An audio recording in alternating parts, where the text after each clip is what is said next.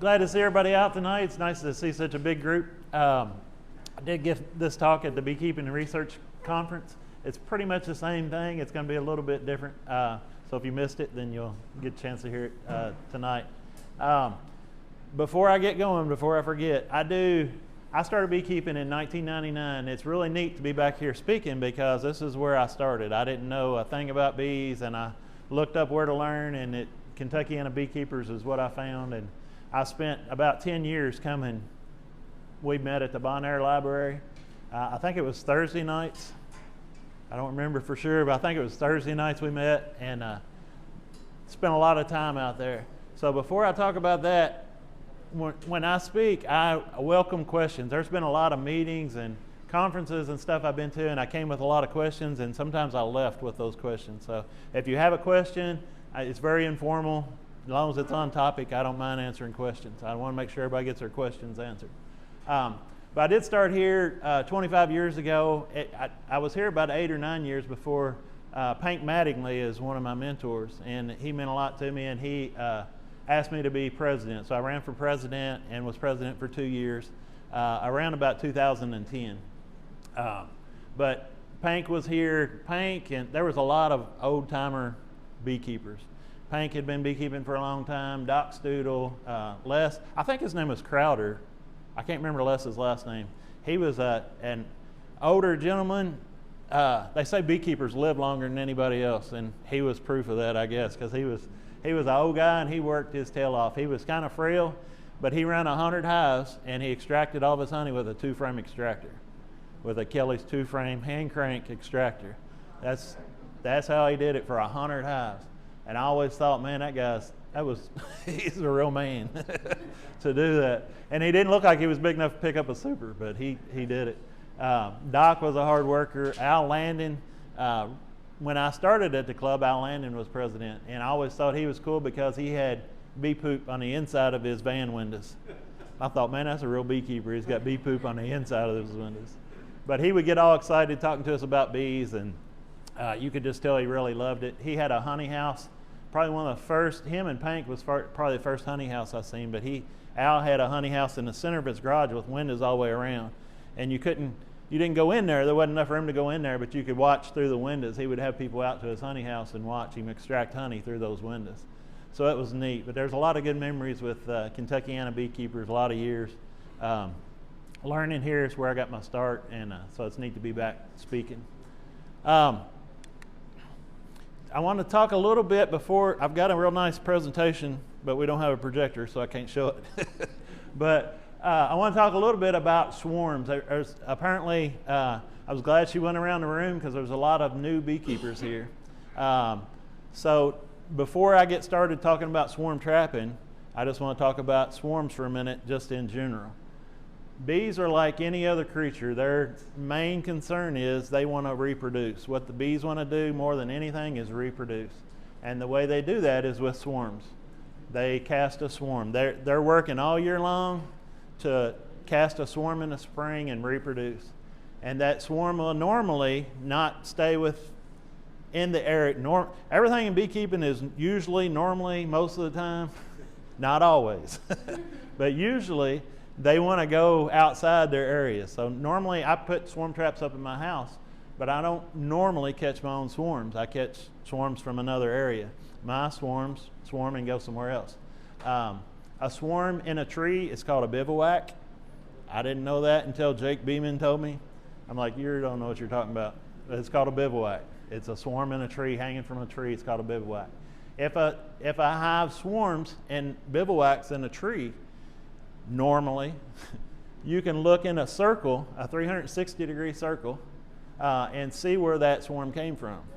They come out into the first tree that they find, and that's where they land at. That's where they hold up at until they find a new home, and that home is normally away from the area. That's how they spread out and spread their population out. So there's a quick story I have on that. We had a swarm catch, I got a swarm call from Southern Parkway. I never realized there were so many beekeepers in Louisville, or so many beehives in Louisville, but there's a lot. And I live out in the country. I live in Spencer County and Bullitt County. I've got family in. That's where I put my swarm traps. But we got a call for a swarm on Southern Parkway. And the kids were throwing, the ladies that lived there, there was old houses, but really fixed up. I mean, super nice houses. And the ladies had to make their kids quit throwing balls at the swarm of bees that was on the side of a tree. And so I looked around, I seen the swarm on the side of the tree. My dad and I went out, and I looked around to see if I could see where they came from. And the ladies were prim and proper and had really nice houses. And I looked up in her eave, and I could see the bees coming and going from the eave of her house. And she said, "Where did these come from?" And I said, "They come from your house." And she said, "No, sir, they did not." I keep my house nice. There's not bees in the wall of my house. I'm like, "Yes, ma'am, there is." We argued for a minute. I said, "Well, if you take me, it's up to you, but if you take me on the other side of that wall," I showed her where the bees were coming and going. She said, "I don't care what you say. There's not bees in my house." So if you take me on the other side of that wall, I'll show you. So we went up there, and it was an immaculate room that never got used, and it was perfect. And I put my ear up to the wall, and of course you could hear all the bees buzzing. And I said, "Put your ear up to the wall." And she did, and she was blown away. She could not believe it. She was blown away that those bees come from the wall of her house. But that's what they do. If there's a swarm in the wild, if there's beekeeping so long, a lot of the stuff, we hear a lot about research, and I see research, I get in Facebook discussions, and you hear a lot, "Well, that's not what the research says. Research says this, or research says that." Well, that's fine, but the research, I have a different outlook on the research, because 20 years ago, the research said something different. And 20 years ago, the research said there was no more wild bees because they had all been killed by the mites. And that was very believable. Mites have devastated the beekeeping, and there's a lot of hives that's been killed. And I never would have thought this would have worked, because I was always taught that there were no wild bees. There were no wild bees left. You caught bees, and even still today, people say, "Well, you're not catching wild bees, you're catching bees from somebody's hives." Sometimes that's true. Sometimes it's not. There's bees that's made it without anybody keeping them or doing anything with them, that's out in the wild. And when they're local bees, and we'll get into all that, but they're local bees, they're adapted to the local area, and they're strong enough where they've made it through the winter on their own without at least one winter on their own. Or they've made it through a beekeeper's management and survived all winter, and they swarmed out of his hive. So that bees are, they come from swarm or feral bees or wild bees, or however you want to look at it, are very desirable. They're not secondhand, they're not second rate to anything that you buy. I spent a long time buying bees that died. I bought a ton of queens that died. Stuff I buy out of Georgia and Texas and Florida and from down south, I've never had luck with. My worst queens that I've raised, everybody talks about, and I know some people might disagree with me on this, but even an emergency queen is better than any queen that I've ever bought. They just don't hold up. The local bees, Rick Sutton has got twice as much experience as I do, and I've got 25 years. But he'll argue with you that there's no such thing as local bees. My experience is local bees do better, last longer, hold up better, make more honey. It's always been done better for me to have local bees. Again, I started in 1999. I've been through, I'm not here to talk about treatment or not treatment, but I'm here to tell you my story. But there was a reason I got into swarm trapping. I lost a lot of packages. I'd bought packages for a long time. Everybody told me to buy a package. That's the way we did things. That's where everybody did things. That's the way they taught me. I bought packages until my barn. I didn't realize until one day I had a barn and a loft in a barn, and my dad taught me never throw anything away. You might need it. So I didn't throw anything away. But one day in the barn, I looked up there and there was a ton. I had packages stacked up where I was selling some honey and making some honey, but my bees were dying in the wintertime, and I'd buy a new package next year and replace them. So I'd make some money on honey, and I'd spend that money buying packages. It wasn't sustainable. I couldn't keep doing that. So I got frustrated with buying bees and buying packages. I got to a point, I've been through various stages of treating and not treating and try to do what everybody, I start out and you try to do what you're told. You try to do what everybody says to do, and then you kind of learn to do it on your own and try different stuff. So after buying all these packages and it wasn't working out, I started not treating. I figured bees had lived in the wild for a long time without any treatment, without being fed. There's stuff out there for them to eat. I was not going to treat and I was not going to feed. And I didn't. And I lost 50 hives. I got up to 50 hives. What's that? I got up to 50 hives, and there was some things going on in life, and I was like, didn't have the time at the time to keep bees the way I wanted to. So I kind of let them go. You're going to do your thing. You're going to live or die. I thought they would get down to 10 or 12, and then I would have 10 or 12 hives that were resistant to mites, because the mites was what was killing them. And I would build back up from those 10 or 12 hives. Well, I didn't lose 50, I guess I lost 49 because I got down to one hive. And I still have the genetics from that one hive that survived. And I'm trying to breed off of those genetics and get more of those bees because they did survive without any kind of treatment or anything. So it can be done, but not to the extent I was thinking, I might lose 80%, but I didn't expect to lose 99% or whatever that is, works out to. But I lost a lot of bees. So I got things worked out in life where I had time to beekeep. I had to build back up from nothing and just built a garage. I built a detached garage in the summertime. I had a small garage workshop attached to the house. I had all kinds of wafer board. I had time in the winter. We lived in the subdivision at the time. I had a bunch of wafer board at the time. So I started to watch YouTube and see how I had 50 hives worth of equipment that I needed to fill back up. I wasn't going to go buy packages. I couldn't afford to go buy nukes. So I had to figure out how I was going to fill all this equipment. And that's how I got started in swarm traps. I started reading up on it, watching YouTube videos on it. And to tell you the truth, I thought it was silly. I'd always been taught that there were no wild bees available. Wild bees were dead. But I had this time and I had the equipment. It didn't cost me anything. I needed to do something. If I stayed inside, she'd make me vacuum or clean house and I can't do that. So I got to be busy. So I got all this wafer board and I found out the dimensions. This book by Tom Seeley is where this trap came from. This is a very good book. The research, I told you the research, I don't really like a lot of the research because it's all changed. Everything, I was told when I started beekeeping that a screen bottom board would take care of 70% of your mite problem. That's not true. But that was the research at the time. But this book, Tom Seeley did a lot of research and researched what the bees wanted when they swarm, when they look for a new home, what they wanted. And he come up with a size of 40 liters, which this box is. And he come up with an opening, which I've changed them this year a little bit to keep the rain out a little more, but an opening of 2 square inches total. And they hang on a tree. They'll tell you a lot of and I think he says that the best height to hang them at is 15 feet, but I'm not 15 feet tall.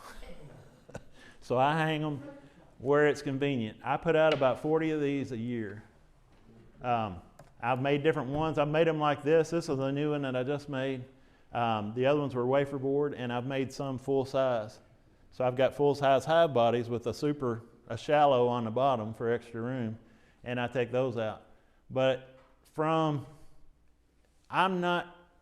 guess I'm just lazy, but if something's too hard to do, I'm not going to keep up with it, and I'm not doing it. So those hives are heavy when they're empty. But when they get full of bees and they start putting some honey in there, they get really heavy. And I know myself, I'm not going to keep up with it to put those out. These are lighter. These are even lighter than the wafer board ones. And they're the right size. And I feel like they'll hold up, we'll see. But this is the new one that I'm going to put up now. They're lighter. They don't take up as much room in the truck. When I put out the bigger hives, there would be so many swarm traps in the truck, whether I was taking them out to put them out. If you try to put 40 traps out, I've got all the new trucks have the little 5-foot bed. They don't have the 8-foot like they used to. You can't carry that many of them when you got big ones. You can carry a lot of these. I have taken a trailer out and pulled the traps out in a trailer, but I don't like to have to do that. I end up getting in somebody's driveway and have to back up, and I do a lot of stuff. When I go collect them, I'm usually out till about 2 in the morning, 2 or 3 in the morning collecting them. So I go out at nighttime and collect them. So I'm out late. I don't want to be backing up somebody's driveway. You have to call the people and say, hey, if you don't shoot me, I'm going to be in your driveway at about 1 in the morning or whenever you're going to be there. So, but the size helps a lot, and it's convenient, and it's not so heavy you can't deal with it. The trap itself, again, is 40 liters. I'm getting ahead of my story a little bit, but I'll get back to it. I will put foundation in it, so I'm not afraid to do that. It needs some, if you don't put old comb in it, it's been my experience that it doesn't do any good to put them out. It's got to have some old comb in it. Something old from the bees, a cutout, or I know with new beekeepers it's hard to have old comb. But sometimes that's the reason these clubs are so important, because you run into people and you know people that might be able to help you out with some comb. But it needs some old comb in it for the scent. It needs space. So I put some shallow frames in here for the space. I've got, like I say, I've got 50 hives worth of old equipment, so I've got plenty of frames. But this gives extra space. When the bees come in here and start checking this out, the scout bees, and they'll start doing that in the warm weather in the next month. They'll start coming and checking this out and scouting it out even before they swarm. And when they do it, they'll go in there and they'll bounce off the walls. You'll hear them bumping into the walls. That's how they see how big it is. And they want that extra space. So these frames, of course, don't go all the way to the bottom.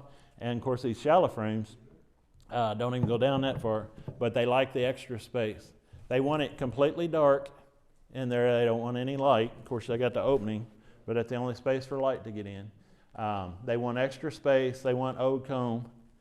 And the rest I'll just fill in. I got 2 shallows, and then I got another foundation. This is just plastic foundation with it's beeswax coated. If I say, a lot of times I say stuff not knowing. I know we got a lot of beginners, so if I go too fast or say something you don't know what I'm saying, stop me and let me know. But that's plastic foundation. A lot of these guys, Tim and Jake and Don, and got me on the plastic foundation again. I'd always used wax foundation.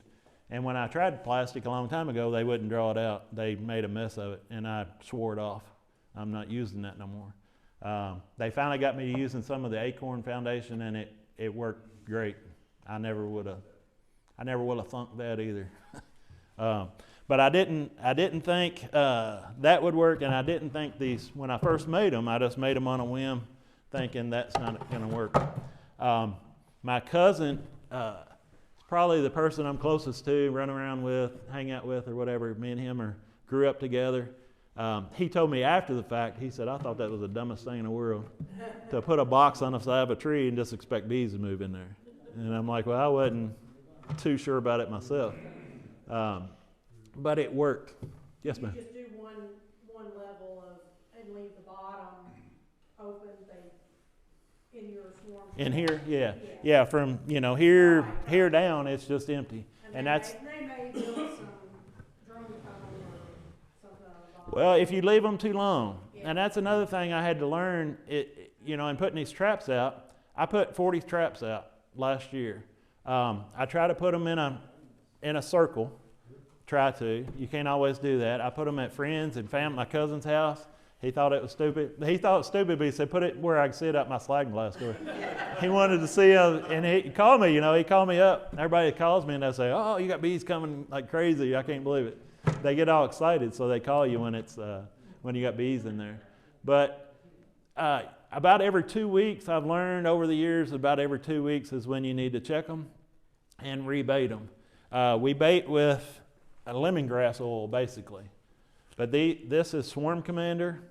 This little bottle, 2 ounces, is about $35 or $40. It's very expensive. But when you figure what you're catching, if I had to buy these bees, what are you looking at for a package now? $130? $175 for a package? For a package. What's a nuke sell for? $185? Yeah. Everything's going up. This has lasted more than 1 year. I think the question about it is that significantly better than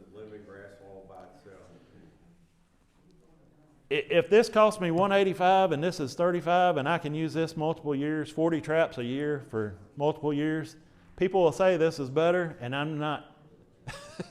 I make so much more. Yeah. But I've got both. This is a lemongrass oil, and this is $5. And you can get it pretty much anywhere. What is that called? Just lemongrass oil. This is a $5 bottle. So all these are some form. This is a dropper of Swarm Commander. You can get it in a dropper or a spray. And that's a newer bottle. This is called Swarm Science. At the Beekeeping and Research Conference there, Comfort Pro is who I've got a jacket and a veil that I wear, and it's a Comfort Pro, and I'd had problems with it, and he gave me a brand new jacket and veil for nothing. And I thought, well, I need to buy something, and he had this, so I bought this Swarm Science. So we'll see how it works. I don't know. If you use a spray, well, I didn't tell you one thing about this trap. If this one's baited, right? Nope, it's not. I take a Q-tip and I'll use my dropper and put it on a Q-tip and staple that inside. So it's got some Swarm Commander or lemongrass oil inside. And when I... Too much. What's that? So you don't want to put too much. No, you can't put too much. It'll run them out. Yeah. Bees smell 50 times better than a dog. Their sense of smell is 50 times better than a dog. So if you can stick your nose up there and smell it, it would be hard to stay in there with something that smelled that strong. So yeah, you've got to be careful about not doing too much. But I do use a Q-tip inside. I use 2 sprays. If I got a spray bottle, I use 2 sprays every 2 weeks at the entrance. I'll just spray it at the entrance and where it hits the front. And then if I'm using the dropper, I'll use 2 drops. And then I'll use the lemongrass oil. I always catch the swarms that I catch, it seems like, right after I bait the hive. So I'll use this on the top. This is the top. It just gets 2 screws. And I'll take the lemongrass oil and just drip. I know it's going to wash off as soon as it rains, but if I get 3 or 4 days out of it before it rains, then it's helping to draw swarms in. And it's not inside the hive, so they're not going to move out because it's too strong smelling. Yes, sir. You say something. You said you use a Q-tip? I put a Q-tip. I staple it inside the box. Yeah, and I just use this dripper bottle and put it on the end of it. You'll see some people that put it in a plastic bag and then put slits in the plastic bag, and it kind of makes a delayed release. But like I say, you've got to be careful about having too much, especially inside the hive. So that's what I do. 2 drops in that. Yeah, you put this on both ends of the Q-tip, and it'll fade over time. But it's hard to, I don't smell. My sense of smell is not near as good as a bee, so it's hard to tell how strong it is. Yes, sir. So you put the drops inside and the lemongrass on the top? Yeah, I put the Q-tip inside, and then every 2 weeks when I go back, I'm going to put either 2 drops or 2 squirts of the other, and then the lemongrass oil on the top. I figured, like I say, the lemongrass oil is not, it's just providing extra scent. Hopefully it goes to where the bees are and they come back. Yes, ma'am. Undo the lid. No. Look down in there. Nope. No. So you just check it and listen? I check it. That's another issue. Because I got black spots in mine. Yeah. That's what I try to do. My trap. And so I bring all these brains. Yeah. You have to, it would probably, if I have a swarm hasn't moved in a certain amount of time, yeah, it's probably, if you get a wasp nest in there, a swarm's not going to move in and you're wasting your time. Right. So yeah, every 4, 5, 6 weeks, whenever you're out, it probably wouldn't hurt if they're not moving in to go ahead and pull the top off and check them to prevent those problems. But yeah, another thing, it's hard to know.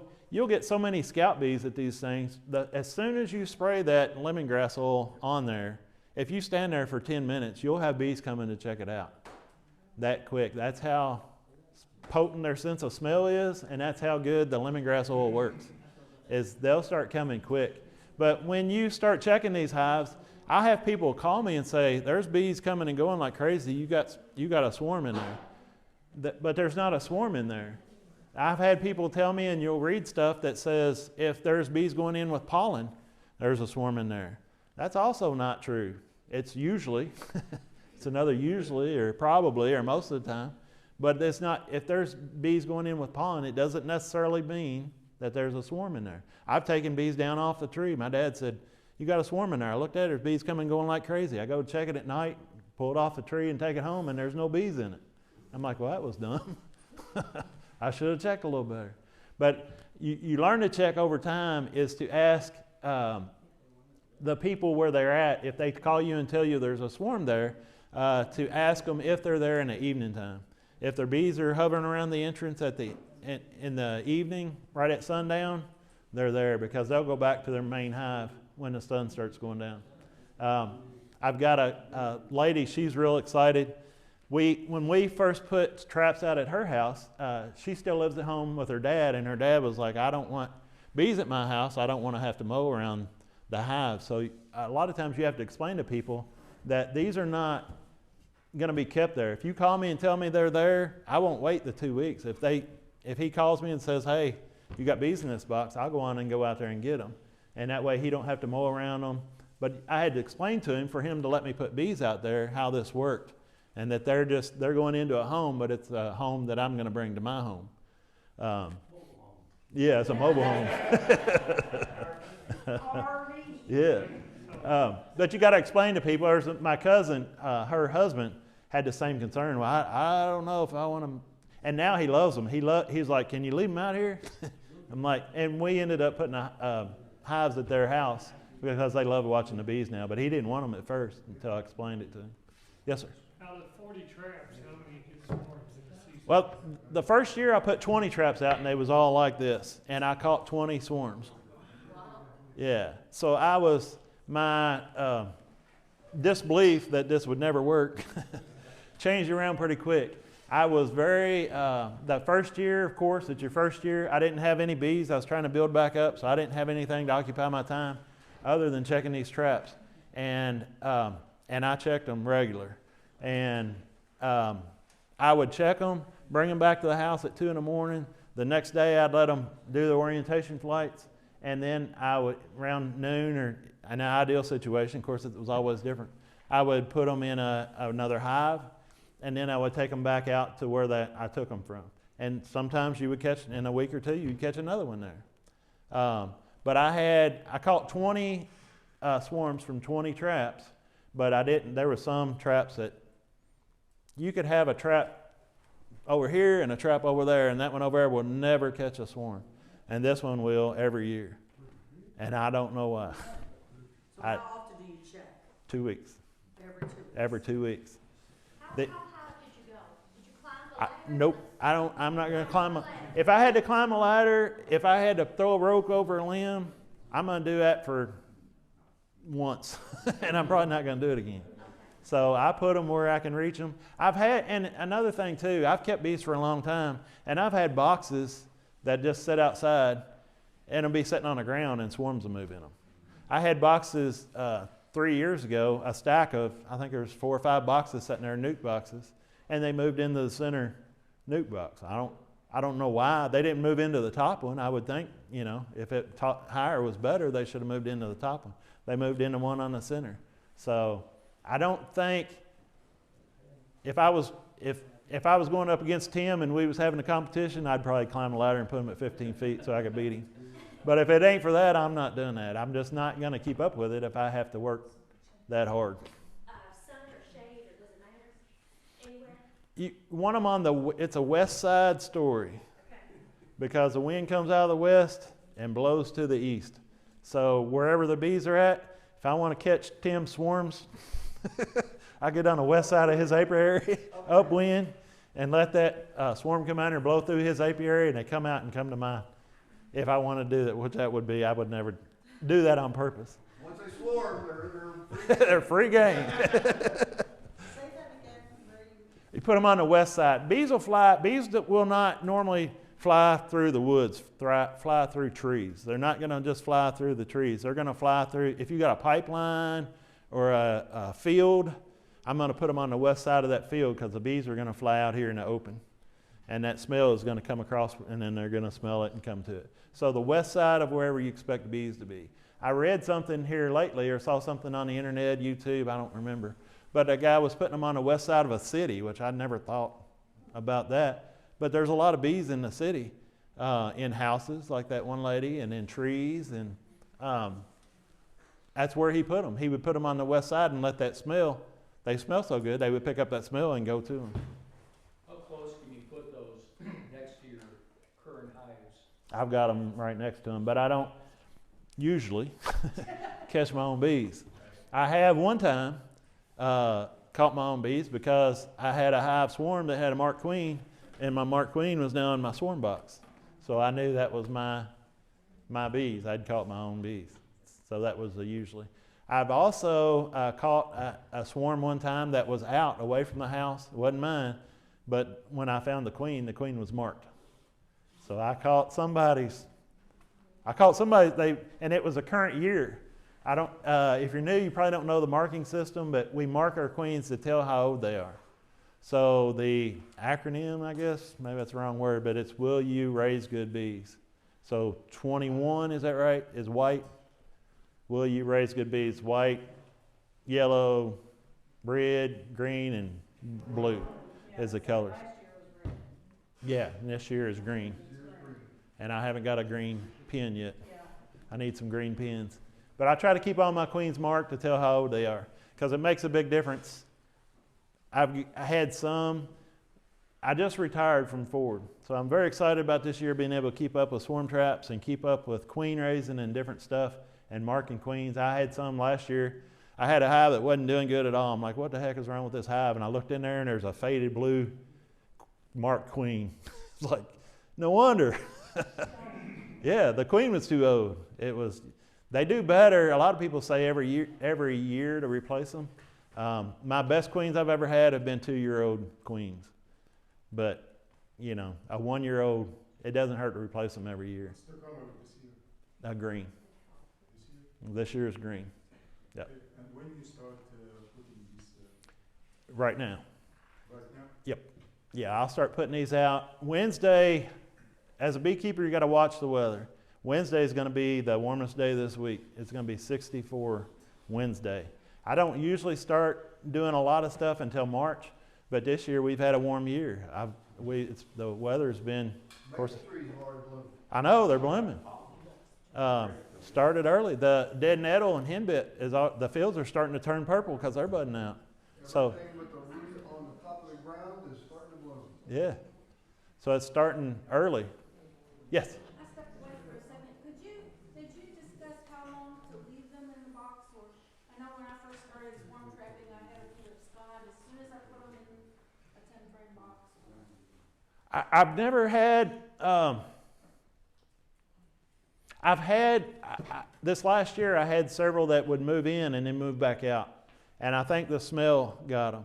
And a lot of the problem I have with the wafer board swarm traps that I've built is they soak up water. They'll swell and they'll get like a moldy smell to them. And I think that moldy smell caused them to move out. But once I get them, the key to putting them in moving them into a regular box is for them to have brood. If you put a frame of brood or some brood in there, that kind of locks them in and holds them in. But yeah, if they don't, they can move back out if they don't have some brood in there. Every 2 weeks, if you wait, there's some and everything. You know, you can say the bees are all usually in most of the time, and so am I. I usually check them every 2 weeks, but sometimes it's a month and a half. And if you wait for a month and a half before you check this trap, all that bottom space is filled with burr comb that you've got to cut out before it'll fit in a regular hive.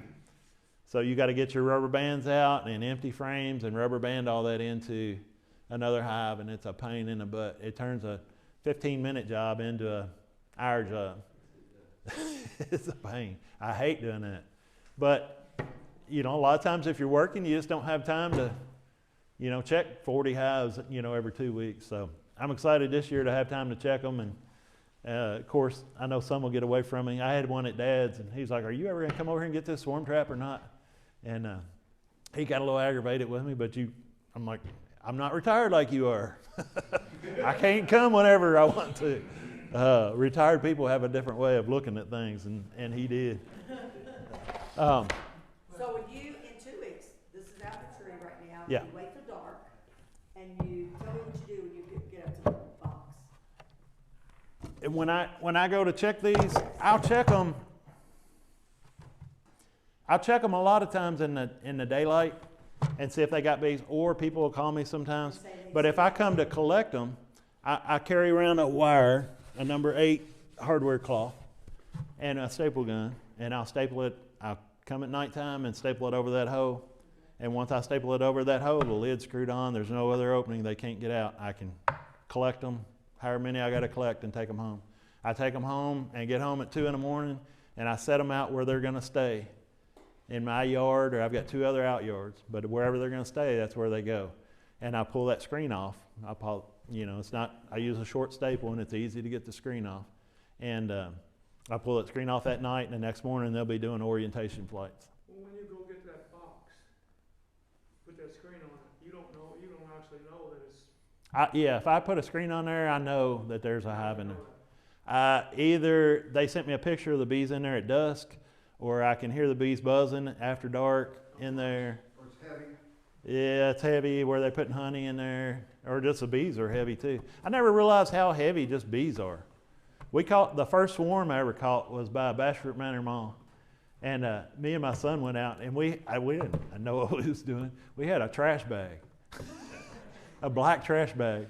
And he was, I can't remember, I was up on a ladder, and I think he was holding a bag, and it was a big old swarm. And I said, hold that bag still. And he held it still, and I shook that limb, and they fell off in the bag and ripped it clean out of his hands and fell all the way to the ground. Because they were so heavy, I didn't expect them to be, it's probably 7-8 pounds of bees. I don't know. It was a big swarm. There was a lot of weight to just bees. But yeah, we've come a long way. Well, I'm anticipating, so how do you transfer them to your hive? Once you've got them in that spot, say I brought this swarm trap back and it's full and they're flying in and out. This is the front. Then I'm just going to set this one to the side and put my hive right here facing the same direction. And I'm gonna put them in a nuke box. Is what my intention is, because bees, for some reason, build up faster in a small box than they do in a big box. If I put them in a 10, I can have the same size hive in this swarm trap and have 2 of them, and put one of them over here in a 10-frame box and one of them over here in this a 5-frame box. And this, for some reason, in the 5-frame box will build up twice as fast. And then once they fill that up, I can put it in a 10-frame and they fill that up. And they'll beat this hive every single time. I don't know why it is, but that's the way they work. You got the little frames in there. Yeah, the short one. Yeah, the short one. So if they build a comb in there and already have worm and everything in there, what do you do with that if you're going to transfer it into a 10 frame? I don't care. I've got frames all over my apiary that are shallow frames that are a deep size. They'll build it perfect. Leave it in there like that, and they'll build a perfect. You'll pull it out and you'll think that's just a regular deep frame. But as long as I get it out of here before they go past the length of a deep frame, I'm good. But if they start going past that, then it won't fit in your box and you got to start cutting off. But isn't that also if you leave it in, or permanently leave it in a 10 frame and you go out and do your inspection in hot weather, isn't that thing going to just fall? When it's new, it will, but when it's older, when they've got cocoons, they spin a cocoon every time they raise brood in a cell. And those cocoons make that wax very strong. And yeah, you can. You want that in the brood box, not in the supers. Yeah, this becomes a brood frame. I keep all mine, and it's not wrong to beekeep in shallows or mediums. You can have that, if you don't want to lift all that weight, you can keep them in a shallow box. You don't have to keep them in a deep one. But I keep all my deep frames in deep frames. If I treat, it's in a deep frame. I know I can keep them separate that way from my honey supers. Will the queen just come out of the trap and go in your hive, or do you have to actually take the queen out of the trap and put it in the hive? She'll be on the frame. Okay. She'll be on one of these. When I start transferring the bees over, You'll see the and they'll have. We talked about brood, but they'll normally, time I collect them, they'll have brood in here where she's raising brood, so that helps them to stay too. She's already had laid eggs and got brood on here, so they're going to stay with it. But yeah, she'll be on the frame. Another thing that I was shocked by, I've always been taught that when bees swarm, that what you catch in that bivouac or out of that tree or in a swarm trap is a primary swarm, and we'll have an old queen, and you'll have to do something with that old queen before too long because she's over a year old. The probably 70 to 80% of the bees that I catch have a new queen. They don't have, and you would say I guess it's a secondary swarm or tertiary, what's the word? Swarm, but it's not an old queen. You don't normally get, and I don't know why, the research says you're going to get, that's an old queen and you're going to have to replace her. You don't get old queens. You get a lot of new queens. You'll get a lot of virgin queens. I'll put them in a box and she'll have to go out and get mated. I've had them have to go out and get mated. But you get a lot of secondary swarms, but they're as big as what I would think a primary swarm would be.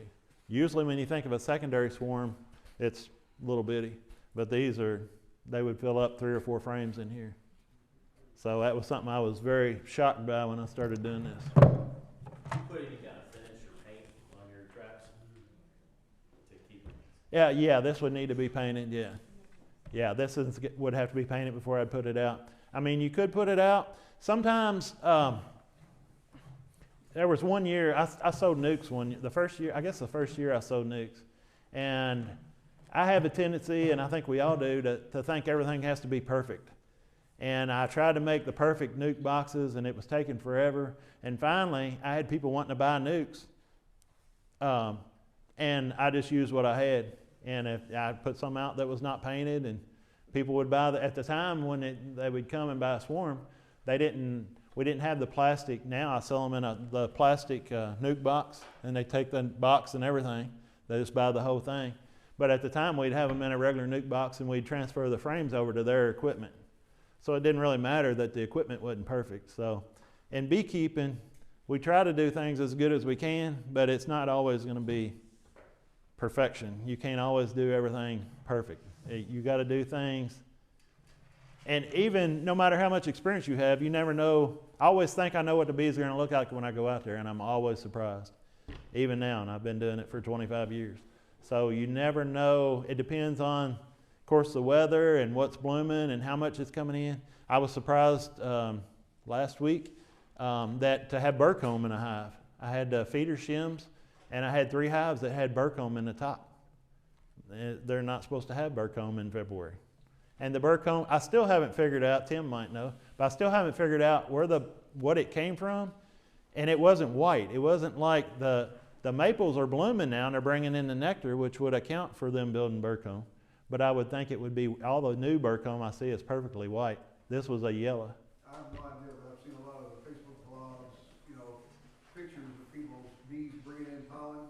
So they're getting it from somewhere. Yeah, they're getting something from somewhere. That's what they need to make wax to build the comb. Yeah, yep. I think, of course, I'm partial, but there's all kind of controversies in beekeeping. And one of those controversies is candy boards and fondant. There's a lot of people that use candy boards, and if you do, that's great, and I'm not giving you a hard time. But fondant, I can put candy board and fondant beside each other, and they'll take the fondant a lot quicker because it's softer. They take it so much quicker. So I think that those bees built that comb off the fondant because they take it so quick. I think it's easier for them to chew somehow. Oh, it is. Well, you can pinch a piece off with your finger and tell how hard the candy board is. And I put candy boards on, and they would have them at the end of the year, and I thought, well, this hive just didn't need feed. But it's so hard for them to take. The fondant, it won't last over a week. I'm still amazed at how fast they take a fondant. But the fondant you have to cook. You have to put it in a pot and I get it to almost a hard candy stage. You got a candy thermometer, and it says soft candy or hard candy stage. So I get it to a hard candy stage and then make a block, and I can break that block off into what size I need to feed the hives. So, but that's about the end. What I would normally do in March, I'm fixing to start doing probably Wednesday because it's going to be warm. So rotating is one thing I do in March, and then just getting the hives. If they start filling up that top box and they've moved out of the bottom, I'll be starting to rotate and do some stuff because it's just so warm. Everything's moved up because of the weather. Checking them shims. Yeah, checking the shims. Yeah, you got to keep a check on it. If you start feeding, I know it's getting off the subject, but if you start feeding, you got to keep it up because they'll have so much brood. There'll be so many bees in there, you think, oh, well, that hive's great. It's got all kind of bees, all kind of honey. But there's so many bees, they eat all the honey and they'll starve to death if you don't watch it. Not a whole lot of natural food right now, so. Yeah. Yep. What's the earliest you've taken a swarm? I'm not sure the date. I've seen the dates from some other people, but usually it's around the April 1st, somewhere around. Yeah. Watch the drones. Watch the drones. Yeah. When you start seeing mature drones, the queens are going to be able to mate. They're going to fly. All my bees have originated from wild colonies or from splits from those colonies. All the bees that I have are feral or wild caught or caught out of these bait hives. I don't have any bought bees. They're all caught bees. I went through most of this stuff already. I'm trying to get back down to where we. It's easy to put up, easy to bring home. We talked about all that. We talked about the bait. We talked about the west side. I caught most of my swarms right after baiting. I don't know if that means I need to bait more often, but I'm scared to bait any more often than every 2 weeks, so that's the most I'll ever bait them. Some of them will cluster on the bottom. They won't always go in. Some of them will come to it, and I guess they smell it, but they'll cluster on the outside of the box. Not sure why that is. Maybe it's too strong in there. Maybe there's another smell in there they don't like. You don't want to leave them too long. They build too much burr comb. We talked about that. Transferring, we talked about. I have a question for you while you're going through. Okay, go ahead. And I haven't finished Tom Seeley's, I'm reading the previous book. Uh-huh. But is there a reason why you use the slit in the side opening instead of using the dial where you can turn them to? Because I'm a tightwad. Because you don't pay for the dial, right? I don't want to pay for all of them. I got 40 of them, so it would be, Yeah. I don't know what they are, $5 a piece. I don't know what they are either, but. Yeah, but I figured it was being cheap, but. yeah, it's being cheap. Mouse won't crawl in that or a squirrel. Yeah, the original hole in the design called for, I just took a 1-inch drill bit and drilled 2 holes, and I got 2 square inches. But then you see people put a nail through both sides to keep the birds. Birds will use, yeah, I'll go in it because of that. This keeps a lot more rainwater out. This is just new for this year. And I've seen other hives with it. I think it'll work fine, but we'll see. Yeah. Do you have plans, like design plans anywhere? I do have a YouTube channel. Okay. It's under Troy Simpson Honey Ridge Farm. And there's plans for this hive on there. Can you repeat that, please? I'm sorry? Can you repeat the Troy Simpson's my name, and then Honey Ridge Farm. Honey Ridge? Honey Ridge. Ridge. Yeah. What time is it? My clock is recording. Oh, is it 7 already? Oh, dang. I didn't expect to hear that. All right, is there any other, I'll just answer questions then. She told me to stop at 7, so I don't want to get in trouble. Is there, yes, sir.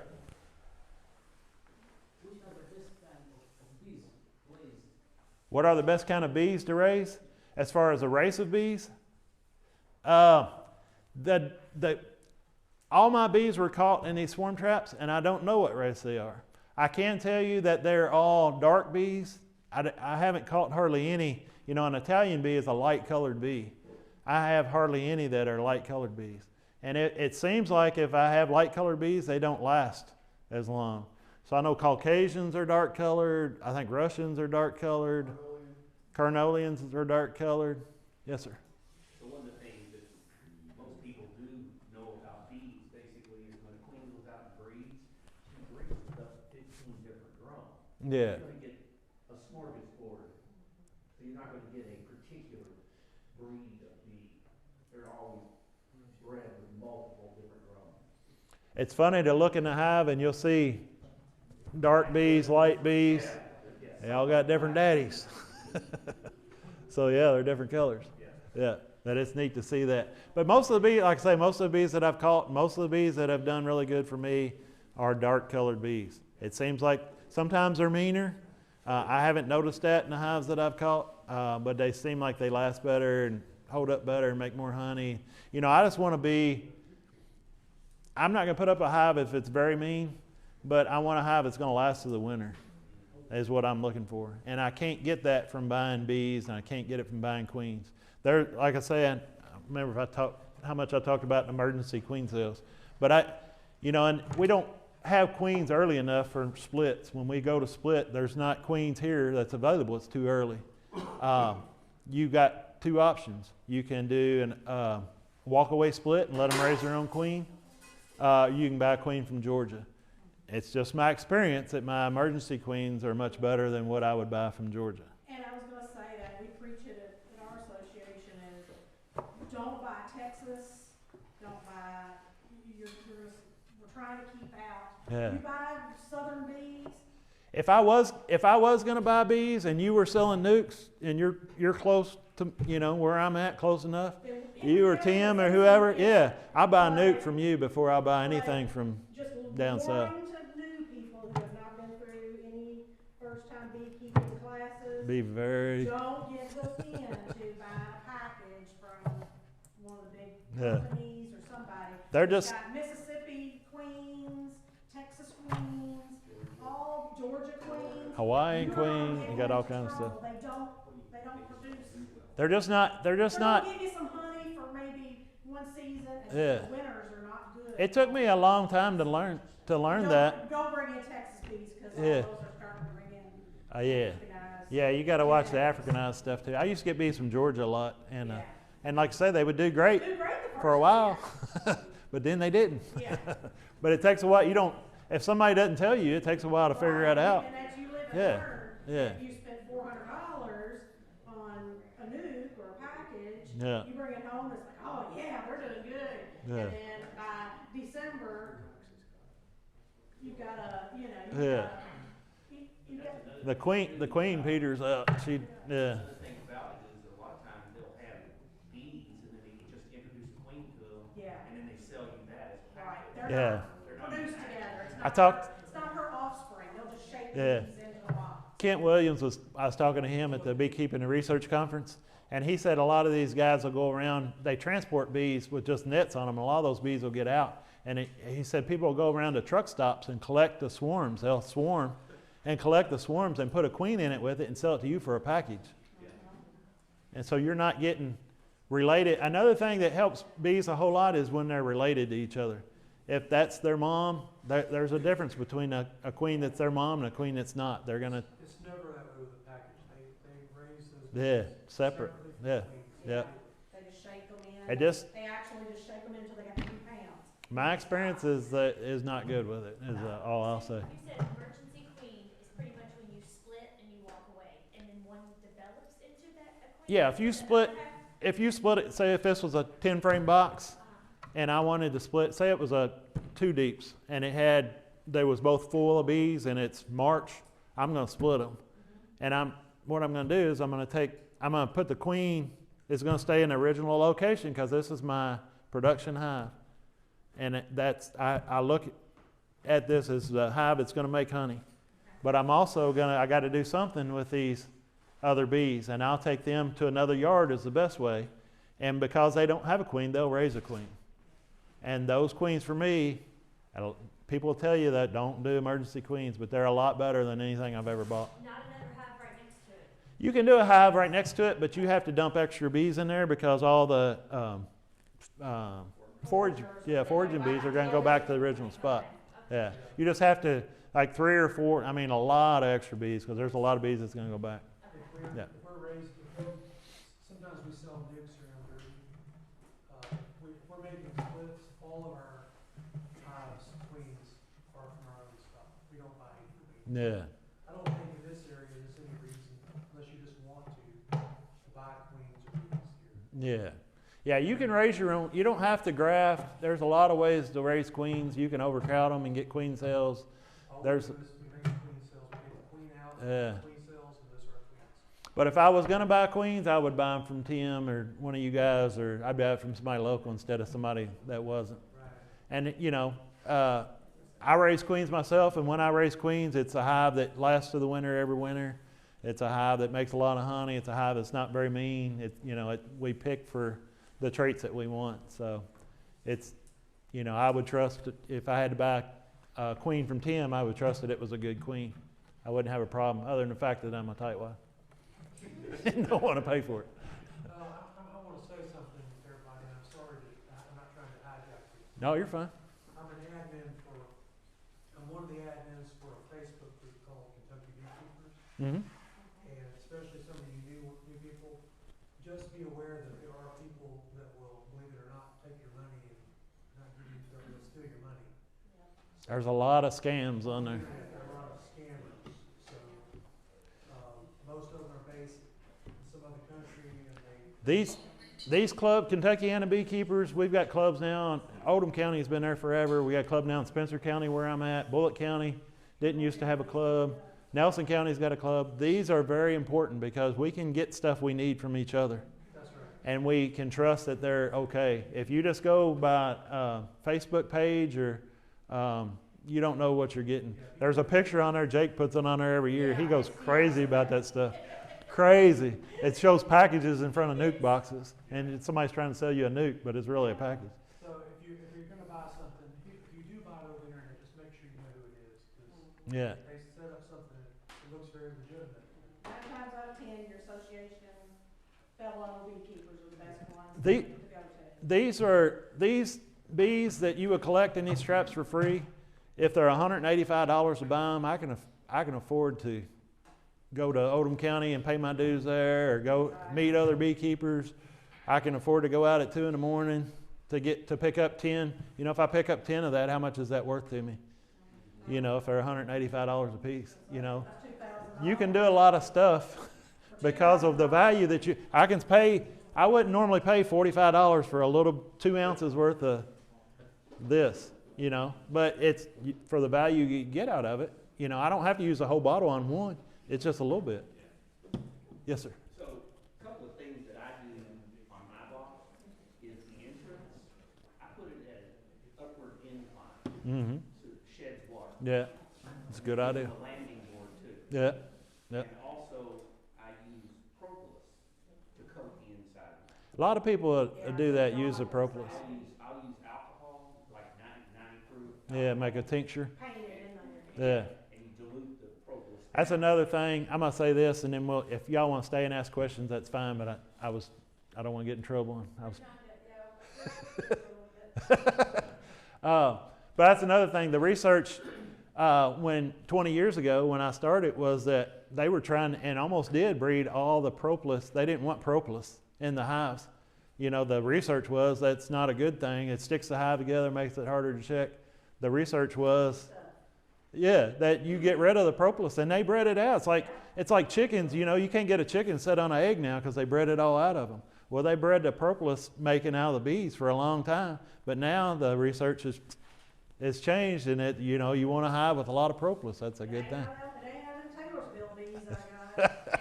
If you catch, Jake's doing a study and checking the genetics on bees and wild caught bees, and he's finding that the swarms you catch in the wild and ones that take care of themselves and have survived make a lot of propolis. When he come out and checked mine, all mine are feral or wild or Tim's or whoever's, and he was surprised at how much propolis they'd made.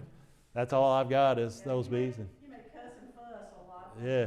Oh, it makes a mess. I keep barehanded, and that junk gets all over your fingers, but it works better for me. Yes, ma'am. And a couple things for the brand new beekeepers.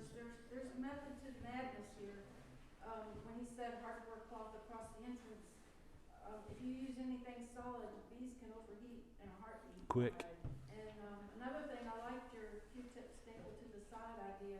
I used a cotton ball at first, and my entrance was tiny, and they had clogged their entrance trying to get that cotton ball out of there. They propolize everything in there. I've got one hive now that propolized the inner cover hole completely shut, and there's a video on that on the channel too. Yeah. But they're the only ones. You would think, well, they're getting too much air or something. They needed that closed, but that was the only one. I wanted them to get ventilation, so I opened it back up. Bees know better than we do most of the time, but not always.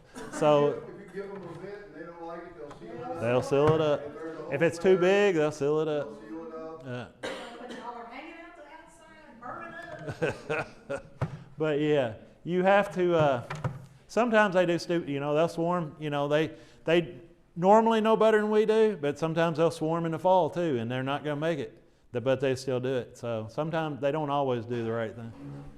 One thing about the swarm traps, when you gonna be fairly level, because if, for instance, you don't get back there right away and they start to build the comb, if that thing's leaning, they're gonna build that comb perfectly straight down.